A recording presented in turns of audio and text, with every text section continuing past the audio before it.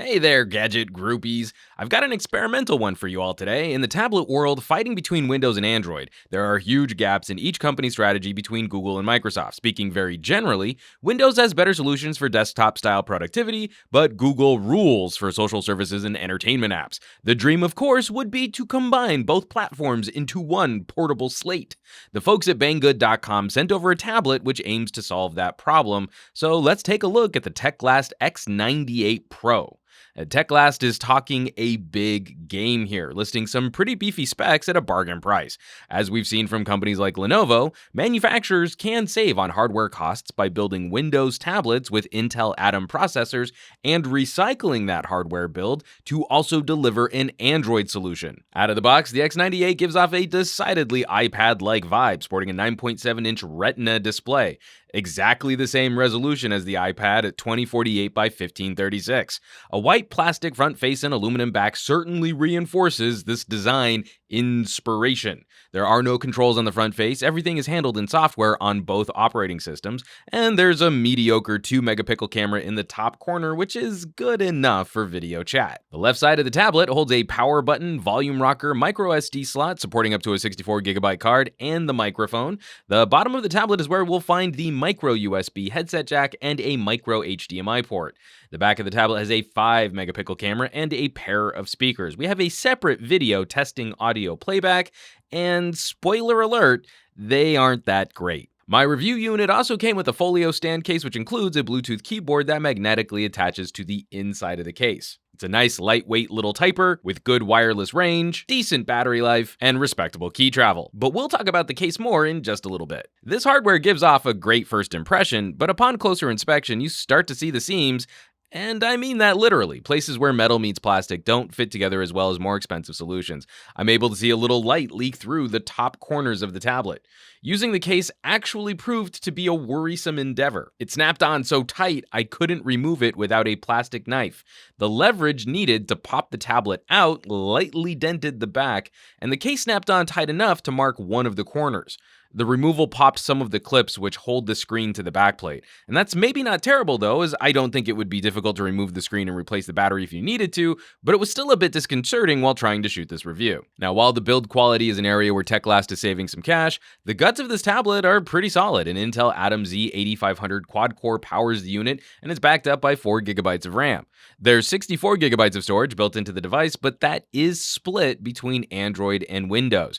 The way each OS formats storage means that files won't be shared between each environment. If there's data you want to work with on both sides, you'll need to leave that on the memory card. A 64GB of storage would be great for Android and pretty good for Windows, but splitting 64GB up into separate buckets makes both feel somewhat claustrophobic. In daily operation, this hardware is capable of running both Android and Windows pretty well, even with the higher than HD resolution but not quite Quad HD screen. We see Android performance which very closely resembles more recent Lenovo tablets. We're running Android 5.1, but the skin applied follows that Asian tradition of replacing home screens with your app drawer. I don't understand why this is popular, as I think it's really cluttered and prevents easy use of widgets, but you can slap on your own launcher to rectify that issue. We also get additional buttons to control the volume of the tablet and a shortcut to the camera alongside our back, home, and multitasking keys. Aside from that, there aren't any other customizations that I can find, which is a shame, as I think Android really benefits from alterations like being able to split screen apps. You'll have no issues moving through the UI otherwise, surfing the web, loading up social apps, playing some games.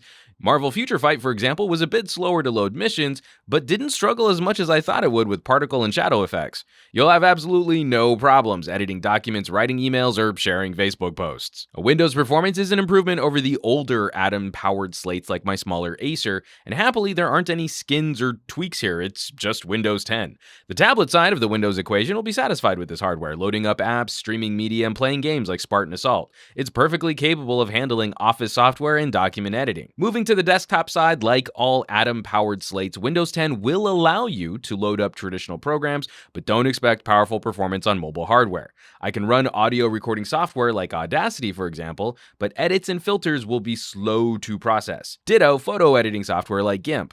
You can get professional work done within reason, but processing will be slow. If you're like me though, I always like having the option of running more robust software even if I know the performance won't be lightning fast. The X98 has an 8,000 mAh battery, which is a fair bit larger than competitors like Samsung's Galaxy Tab A and S series tablets, but each operating system handles power management slightly differently. On the whole, I got reasonably decent runtime, but power management seemed to favor Windows over Android. Running my video streaming test, for example, 30 minutes of HD video over Wi-Fi at 50% brightness, Windows drained around 12% of the battery, while Android dropped 14%. Regardless, these aren't great numbers for a slate with a battery this large, and the X98 could definitely benefit from better power management software. Lastly, in dealing with support, you wouldn't expect a lot of updates and attention paid to inexpensive products like this.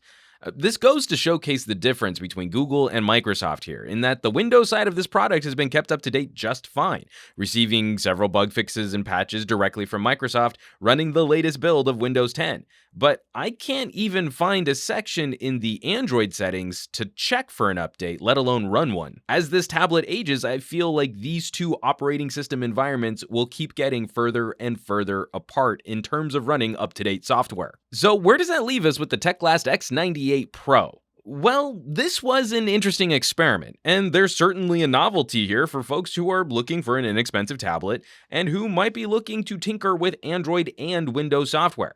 I can't say this really scratched my itch, though. The idea that I could use a Windows tablet for productivity solutions and fall back on Android apps to fill in the entertainment and social gaps. There's potentially a peace of mind aspect at play here, where someone could flirt with both, then decide which OS they'd like to rely on.